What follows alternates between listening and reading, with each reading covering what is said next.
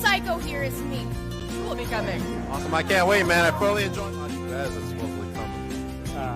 We're gonna overwhelm each other, so. I got a question. Belong. Those belts were around their waist. Hold on.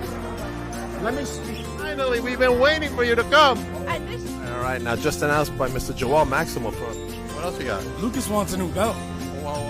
I wish I could, what is it, Bing? That's not even the real 23.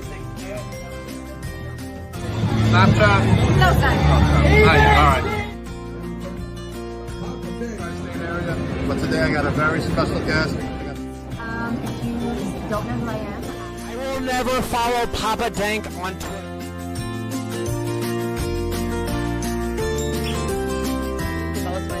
Have been my favorite wrestlers, and it's like the first time.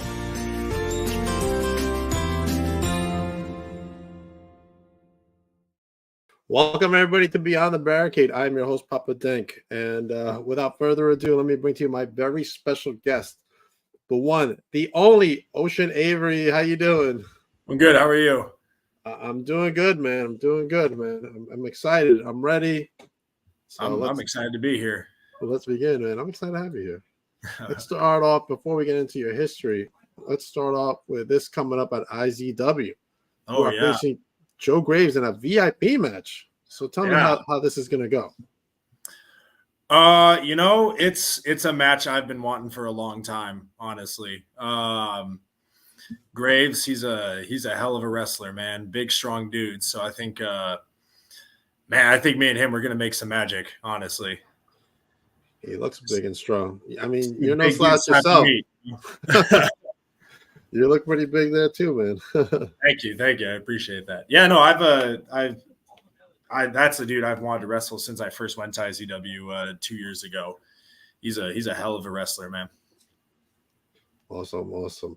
Excited for you for that match. And I got this in. For any booking inquiries, make sure you go oceanavery83@gmail.com.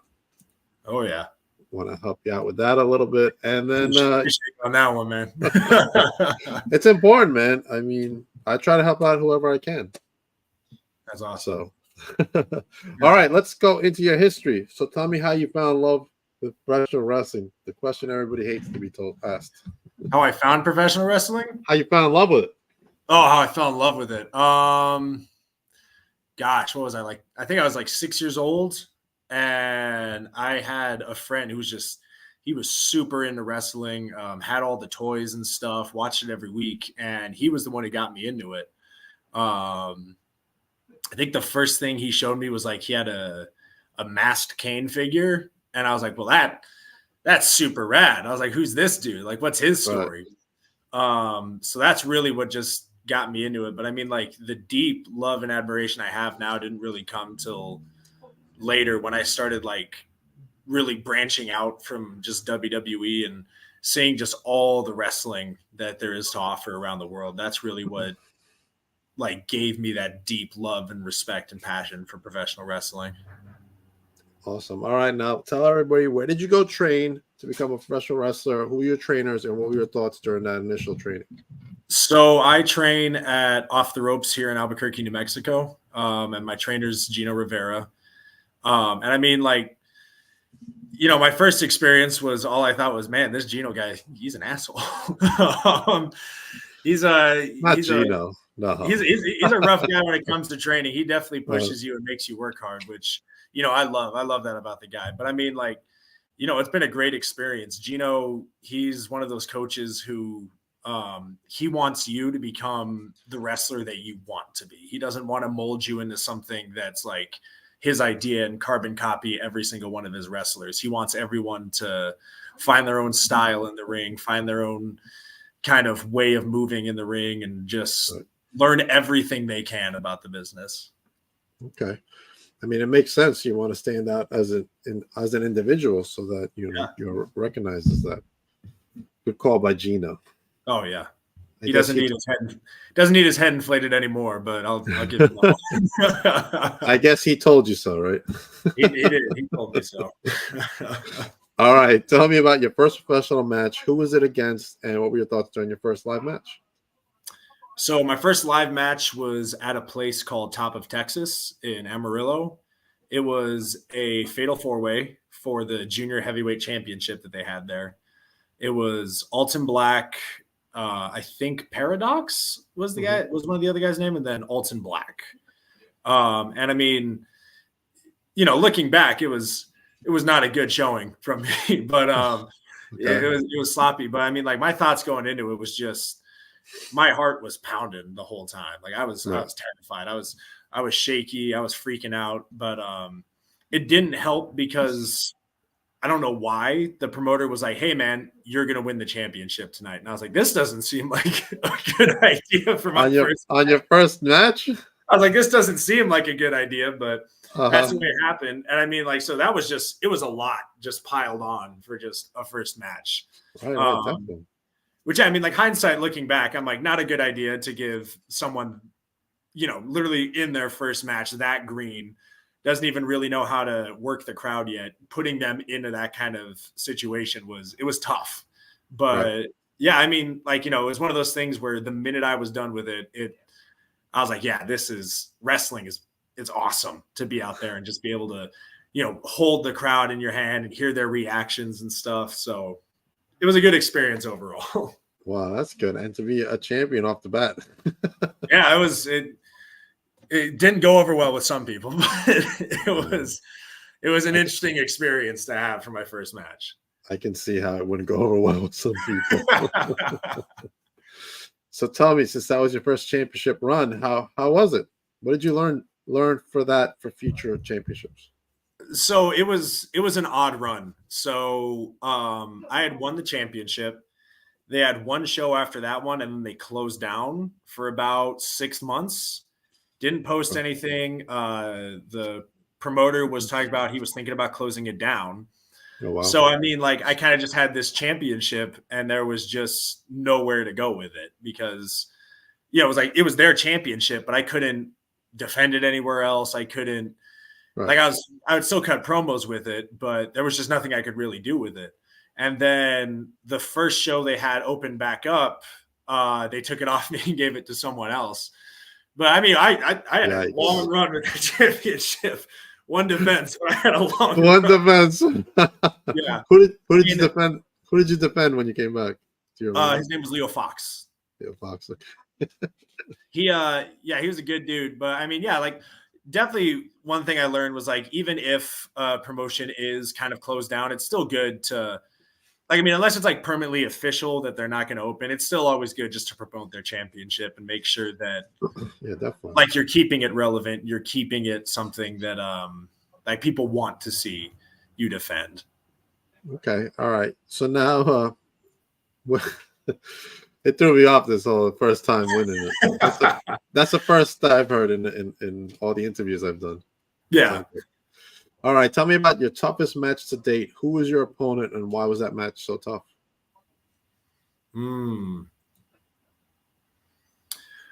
I'd probably say Roman Alexander in HIW, just because that guy hits hard. Like, that was a slugfest of a match. We were really just, it was my first match back after injury too, and we were just whooping each other the whole time. Yeah. That was definitely, like, physically my most painful match. Like, afterwards, coming back, driving home like 6 hours from Tucson to Albuquerque, I was beat up. I was hurting. Wow. All right. Next up, tell me about an opponent you want to wrestle that you haven't wrestled yet, and how come? Let's see. There's a couple dudes on this list. I just forgot his name. There we go. Andy Delgado. He wrestles out in Vegas, and he's a super technical dude. But I mean, he's a hell of a worker. He's got everything that he needs. I think that me and him could put together a really good match. I haven't wrestled him one-on-one yet, but I am going to have the opportunity soon. Chris Nasty is another one of those dudes. He's another guy who's just, we had like a couple small spots together in a fatal 4-way, but God, I'm so excited just to work with him one-on-one because I feel like we have two very different styles, but I feel like it's going to work well together in a match. Okay. All right. Tell me about a match you want to be in that you haven't been in so far, and why. Strap match. I'd love Strap. to be in a strap match. Is there a reason you want to be in a strap match? Like, is there like something from your past or like a match you've seen that kind of inspired you? I'll be honest. I just think they're cool. Like, Okay. more than anything, I just think All they're right. super rad. So I would love to be in one. I think it'd be a lot of fun. There's a Okay, lot of well, like creativity with it when you can't separate from your opponent too far. I think that would be it'd be a fun challenge. okay. Thoughts about traveling all over the United States. What states do you want to wrestle in that you haven't wrestled in yet? I'd love to get more out East Coast, places like Chicago, New York. Those are definitely places I want to go to. I want to branch out to California, but no, I mean, I love the travel. Honestly, I think some of my best memories from wrestling all come from just guys from your school traveling with you and building that camaraderie, building those friendships, getting close to each other. I think that it's always a great experience. Like when you go on your first wrestling road trip, it's always so much fun just to be able to talk with the guys and be able to just have a good time. Okay, awesome. Sometimes it does suck when you have to drive, because I had an experience driving back from Utah where the road was closed down that we were initially going to try to take. So it went from being a 10-hour drive back to being a 13-hour drive back. And that's a little bit less fun, but that's a long drive, man. a long one. Was it a straight drive? Like you didn't stop anywhere? It was a straight drive. We just went straight back home. Wow. Well, because initially we had planned for like 9 hours. You're like, that was still going to suck, but right. It's not the worst thing in the world. Then, there was a storm and one of the roads had like a mudslide on it. So we had to reroute completely in the opposite direction, and it added, it was a 13-hour drive instead. Gotcha. I got a couple of friends taking a 10-hour drive from up here in New York all the way to North Carolina. Oof. Yeah. I I was gonna tag along, and then I'm like, wait a minute, there's a big storm coming. Nah, I'll stay home. Yeah. I'm good. Yeah, I'm going back to Utah soon, so I'm hoping that road doesn't blood up. All right. Tell me about goals maybe to go overseas. Any particular place you would like to go to? I mean, Japan more than anything. Japan. I would love to wrestle in Japan. When I kind of more or less decided I wanted to like fully pursue this, it was because I had seen the match between Shibata and Okada, and I was like, oh my God, like this is like the kind of wrestling that I love, and like this is what I want to do.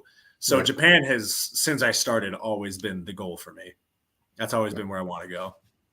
Awesome. We say hello to Herb Simmons. What's up, Herb? How are you tonight, sir? Herb. Herb will be a guest next week sometime. Right on. All right. Let's go into some hobbies, because I noticed that nice poster of the Evil Dead behind you. Oh yeah. I got my nerdy posters up. And there's Godzilla, right? That's Godzilla on the other? Oh yeah. All right. Yeah, I mean, big hobbies for me. Like, I'm a big painter. I love painting. Okay. I'm a big Lego guy too. You like to build Legos? Yeah, I love putting together Lego sets. It's not easy putting them together. It's not, but there's something about just kind of the monotony of it that I love. And then also recently I got back into playing video games. That's been my newest hobby of doing that again. No collecting? You don't collect anything? I used to, but with the apartment I got now and my girlfriend doesn't want too much clutter, I can't get too much collecting done. All right. What did you used to collect? If we can go into that for a moment. So I used to be big on, I don't know if you'd ever heard of them, but like sideshow figures. Yes. Show collectibles, yes. Those are expensive. Yeah. Those aren't cheap either. They are not. But for a while, I was very obsessed with collecting their full collection of like Jason Voorhees figures. Oh, okay. And then their Universal Monster ones. So I got those at my dad's house stored away for when we get a bigger location to live at. But I mean, like that was my obsession for a long time. And then, well, I do still have some collecting. I've gotten into record collecting now just because it's a little bit easier to keep all those. And there's some records that I really like to have. I'm going to ask you some hard questions. Who is your favorite Universal monster? Favorite Universal monster? That's got to be Creature from the Black Lagoon. Really? Okay, Oh, all yeah. right, all right. I'm gonna say Wolfman. I love the Wolfman. It's a great choice. That's also a great choice. And what is your favorite horror movie? Favorite horror movie? Oh gosh. More recently, American Werewolf in London has got to be Okay, my favorite right now. okay, that's a good I, movie as well. I love that one. It's so good.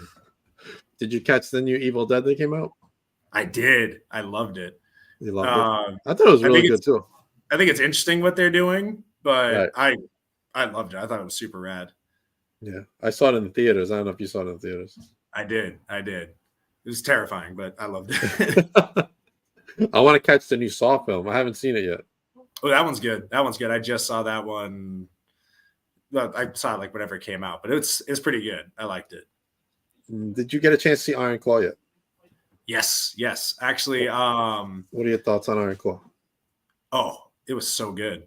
I mean, there was some stuff that I was like, this seems a little bit dramatized, but overall, like just the whole movie, I was in it the whole time. A24 actually gave my school free tickets to go see it for an early premiere, so that was also super cool. Oh, awesome. That's good. Did you get to mingle with any of the stars? No.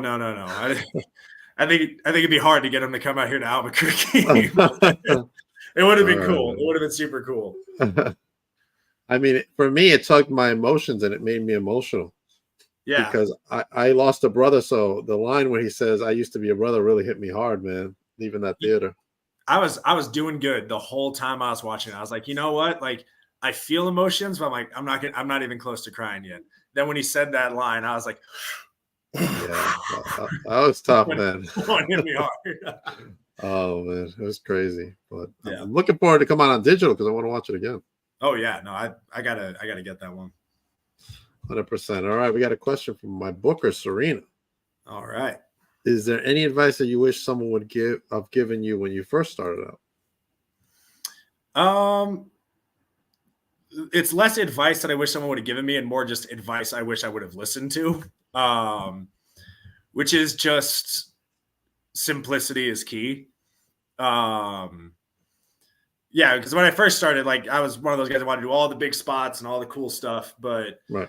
Now that I'm getting more into it, I'm like the simplest stuff gets over the best, is what I found. Okay. How important is promo work to you? I see Very a lot of wrestlers don't do promo work for their upcoming shows. I think it's super important. Number one, just because like it's good for shows. It's good just to build hype for something. I get that, like, especially when you're working the indie circuit, there's not always storylines, so you kind of have to make one in your promo. But I think it's always good because if you get signed or go anywhere where it's televised, like you're gonna have to be good at it. So you might as well just practice it now with all your matches. Right, 100%. What's your favorite food? What do you like to eat? Oh, I'm a big hamburger guy. I could eat hamburgers every day of the week. Really? Particular, I'm a big In-N-Out guy. Okay. All right. What do you get on your burger? So for In-N-Out, I always get animal style. I always get the double. No tomato though. That's my only caveat. I never get tomatoes on my burgers. Okay. All right. I don't like tomatoes either. Yeah. I like it pretty simple: ketchup, cheese, or even bacon. Oh yeah, bacon's always good on the burger. Bacon. It's always good on a burger. Bacon's good everywhere, man. No matter where you get it. That's true. I'm also a big fried egg guy. If I can get a fried egg on a burger. Yeah. Okay. All right. I never had that, but I'm prone to try it. I'd give it a shot. It's pretty good. I'm just for you. I'm gonna give it a shot whenever. All right. Let's go into regimen, like workouts routine. How is your workout routine? So right now I'm doing this program called Squared Circle Strength. It's a program specifically designed like by wrestlers for wrestlers. Right. So I mean, it's a lot of cardio. It's a lot of cardio and just then moving some weight. But yeah, I mean, like for the most part, I do 4 like lifting days a week, and they just mostly consist of full body each day with a focus on like the pushing muscles for 2 of them and then the pulling muscles for the other 2. Okay, the cardio's tough, man. I hate cardio. It is. Yeah, no, I mean, and then every Wednesday for wrestling practice, we do just like blow up drills that whole day. So it's like 3 hours of blow-ups, and that Jeez. always winds up. And I sleep like a rock after it, but it's I'm tough. sure you do. All right, let's go into certain promotions. What indie promotion? Then we'll go into the major promotion. But what indie promotion would you like to work for that you haven't worked for yet? I'd like to work for Grind Pro Wrestling. That's been a more recent desire to go and work for them. Okay. What about one of the big companies? Which company do you think is best, will fit your style? When we're talking big, we're talking like New Japan, WWE, AEW. Yeah, any of those. Yep. I mean, honestly, New Japan, I think would probably fit my style the best. I'm not a big character worker guy. I'm just more about getting the business done in the ring, you know? Okay. All right. All right. If you could pick someone from over there to wrestle, who would you wrestle in Japan? Ooh. A lot of great talent over there. The dream is Ishii. I would love to wrestle Ishii. I think it would be so cool. It would hurt, but it'd be really cool to wrestle him. Nice. All right. Tell me, if you had to pick a tag team partner, who would you pick and why? I'll pick my legit tag team partner, Dante King. Shout out to Dante. Me and I know him, Dante. Yeah, we've wrestled tag in a lot of different states already, and I mean, me and him, we have a really good flow. So, like, I feel like we could get put up against anybody and put on a good match with him. Okay, I was Dante's first podcast. Can you believe it? Really? Yeah, that's what I said. Wild. I said, really? That's wild. He's like, yeah. Usually my girl's the one who does the podcast. I'm like, cool. Glad to have you on then, bud. Yeah. Good to be. All right. What about managers? If you had to pick someone to be your manager, who would you pick and why? Doesn't matter where. It could be indies, big. Does Living or Dead count, or is this just like let's just go. I'd have to get Bobby the Brain to be Bobby the Brain. Bobby the Brain is freaking amazing. He's so good, and I love watching everything he ever did. That's my dream manager, would be Bobby the Brain Heenan. So what's your favorite Bobby the Brain moment? Oh gosh, I know. I mean, one clicks off the top of my head because I still think about it. I mean, it's got to be the first time I was like introduced to him after Andre finally turns babyface on him. That one just sticks in my head because I'm like, it's perfect. Like, Bobby is so good at just being such a cowardly little sniveling dude, and seeing just Andre's big giant hands on him, I was like, that was like one of my moments where I was like, oh, that's good heel work. Like, that's really good. Yeah, it's the best in the business. I think mine is when they put him in the weasel suit. Oh yeah. I can think of my least favorite. And I was watching some old WCW, and I think it was William Regal or Steven Regal at the time versus Antonio Inoki, and Bobby the Brain said some very off-colored things about Japanese people. I was like, oh, that's not going to age well. You can't do that nowadays, man. Oh no, I mean, that's not good. He would have been on the list of banned wrestlers. Oh yeah. The cancel culture. That's it. There you go. May he rest in peace, Bobby the Brain. R.I.P. Bobby Brain. R.I.P. All right. Is there any product that you currently follow? Is there any what? Product that you currently follow? Any product? Yeah. Any of the big promotions? Yeah, any of the big promotions. I follow Noah pretty closely. I started following WWE again a lot closer more recently, just because some of the people that I like, my shoot job, they love WWE and they watch it like every week. So I've started following that again. And then, I mean, for the most part, like, I'm just more of I hear about a match and I watch it kind of guy. Okay. All right. What do your workers feel about you being a wrestler? They think it's the coolest thing ever. Some of them, they don't get it, but most of them think it's pretty rad. That is what I do. I've definitely had a couple of people who it's like, you're telling me you drive like 600 miles for a tiny payday and hurt yourself? And I'm like, you just wouldn't understand it. Like, there's no way for me to reasonably explain this to you. There's no way, right? my just straight answer now is I say you just would not understand it. Like, there's Yeah. no way for me to make this make sense to you. Right. When I do promotions, like I'll travel and stuff to do my vlogs. Yeah. I don't get anything, man. I don't get a penny. Yeah. And I spent money on anything. Yeah. And people say, "What are you, crazy? What is wrong with you?" It's just Yeah, you it can't really is describe like being at an event and being part of something. Yeah. It's totally hard. It's hard to explain to someone when I'm like, yeah, I think I broke my ribs this weekend, and they're like, "Well, why are you doing it?" I was like, because you love I it. can't tell you. I don't know. There's just something in my brain that likes it.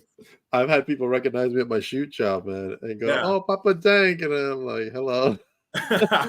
and my boss is like, Yeah. "What's going on here?" Oh yeah. Yeah, I mean, most people now, whenever I'm at work, they just call me Ocean now. Like, they Do don't even they? call me by my real name for the most part. Yeah, I get the same thing with my coworkers. They call me Papa Dank or Papa. I can't even remember the last time Gino called me by my real name. Have you ever had a match with Gino? I have not. He is my white whale so far. Every time we've been booked to have a match together, it's never gone through. You gotta let me know when that happens. Oh, I will. I would definitely like to see that match. Yeah. It'd be a good one. I'd love to wrestle Gino. Okay, awesome. Well, it's teacher versus student. Uh-huh. So I wrestled a match with him as my tag partner, but never across the ring from him. Okay. What goals have you set yourself for 2024? Biggest goal for 2024 is to get myself out to Canada. That's my biggest goal right now. And then to get at least 2 new states. That's something that's just been instilled in me, is every year try to get at least 2 new states that you've wrestled in. So that way, I'm just keeping eyes on me constantly. Awesome. Let me bring this up. So coming up Saturday, February 24th, IZW, you're taking on Joe Graves in a VIP match.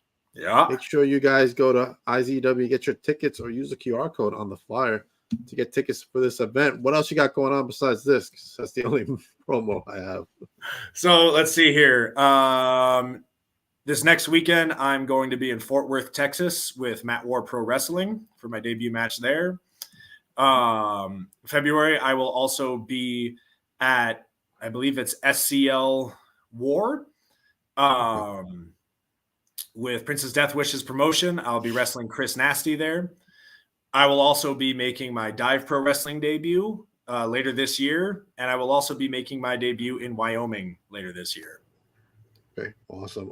Ocean, thank you for coming on the podcast. Thank you so much for having me. Tell everybody where they can follow you, and let me flash this real quick so they know where they can book you. You can see him there, the Oceano Avery on Instagram. You can see me on Facebook at Oceano Avery, and then I never use my Twitter, so don't follow me there. But if you want to book me, that's the email right there. That's the email right there, man. You look kind of jacked there in the picture, man. Oh yeah, I had a good pump going. So. All right. As for me, my next big event for myself is Heart Attack. Where is it? There it is. Wrestling is Now, February 10th.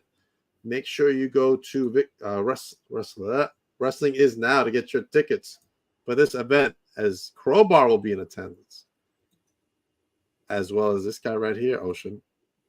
Big Body Bez making his first wrestling appearance. He's going to be wrestling. Dang. That's crazy. You know Big Body? I know of him, yes. Okay, all right. Good. Also there, Ace Romero, he's taking on the champion, Joey Conway, the cause of it all. And speaking of Joey Conway, he is coming back on the podcast next Wednesday for a Psycho Circus, Psycho Month for me. Cause of it all comes and joins us. He is the NYWC champion, and he is also the Wrestling is Now champion. So you definitely want to come back and catch this event. What else I got going on, man? I got this going on in February. The King of New York for Victory Pro Wrestling, Saturday night, February 17th, right here in Bayshore, New York. Use the QR code or go to Victory Pro Wrestling to get your tickets now for the King of New York. Woo. A lot of stuff going on, Ocean. A lot of stuff. Love to see it. I love to see it. Also want to shout out my brothers, the SATs, as they got their pro wrestling school, the workshop. My other brother, PJ Savage is there. They are up and running. Make sure you go to Wrestling Is Now to get more inquiries if you want to be a professional wrestler in Queens, New York. Go down, check out the Maximals. They're doing great stuff with that and with Wrestling Is Now. A lot of stuff going on. Also, Double Trouble, March 8th, NYWC. Make sure you check out SWA's Double Trouble because they're presenting it, NYWC. Use the QR code to get your tickets for that. I will be there at that event as well. Let me give a special shout out to Titan Championship Wrestling because on February 17th, they have Wrestlers to the Rescues. They are partnering up with the Shriners Children's Hospital of Philadelphia to do a benefit show. Make sure you go down if you're in the area. Support Titan Championship Wrestling because they are doing something for the kids. Very important. Want to shout them out as well. And coming up next for me in a little bit, 9 o'clock, the comic book warrior, Gabe Baez, returns to the podcast. He's got something he wants to say. Plus, we're going to talk about comics. Who doesn't want to talk about comic books? I love comic books. Love comic books. Serena says, thank you for coming on the podcast. I want to thank, I know we can't see him here and they can't comment on if you're watching on Instagram, but my pals, Vinny the Guido is there, my pal Metal Geek, Alex is there, and the comic book warrior himself is watching us on Instagram. Hey, yo. Everybody have a good night on Instagram land. As for everybody else here, have a good night. Ocean, just stay on for a moment. I'll be back at 9 o'clock.